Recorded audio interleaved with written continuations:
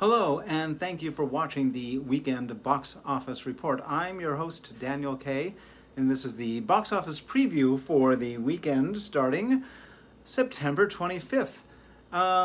There are actually 13 movies, according to, Rotten Tomatoes, that are opening in theaters this week. And I was going to do this report last night, and I didn't. And I'll tell you why, in a way that explains why I have gone into weekend box office preview business at the wrong time. Here we go. In a year ago, there also probably would have been 13 movies opening nationally over the weekend, and you could have looked at that list. Anybody could have looked at that list and said, well, those 10 movies are just loser movies and nobody's going to watch them, and there's no reason to pay any attention to them. But you can't just do that now because the majors aren't releasing any movies to theaters at the moment. And so that whole list could be the top 10 plus 3 more just below there. Or 1 could be. You just don't know. Nobody knows. Except Variety. Variety comes out with a list of movies to watch for on Friday, and that's what I'm going with. So, here we go. Okay, so there's 3 movies to look for in theaters. We'll see how they do. Force of habit. One of them is The Trial of the Chicago 7. This is a screenplay by Aaron Sorkin. It's about hippies. It's based on historical precedent. Variety says it's really good. It crackles like A Few Good Men crackled.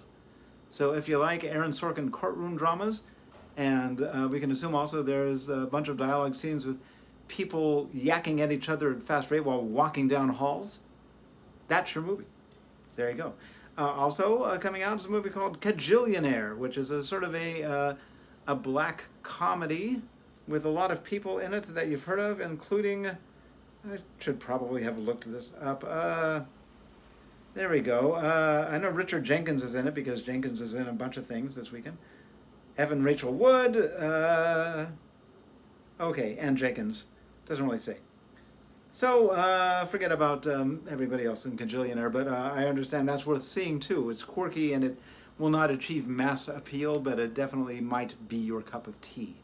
Coming in also, Enola Holmes, this week's masterpiece theater-style British import about Sherlock Holmes's daughter. It was the subject of an interesting lawsuit from the Arthur Conan Doyle estate, because they say that the character of Enola Holmes is based on later Sherlock Holmes works that may still be in copyright. Hard to say. And they lost. So maybe it's not that hard to say at all.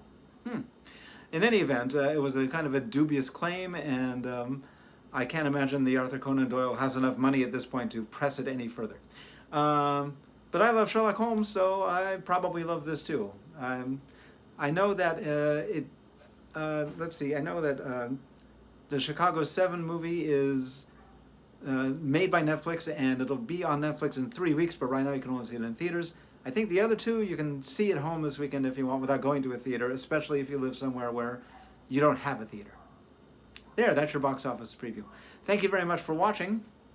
See you on Monday with the results.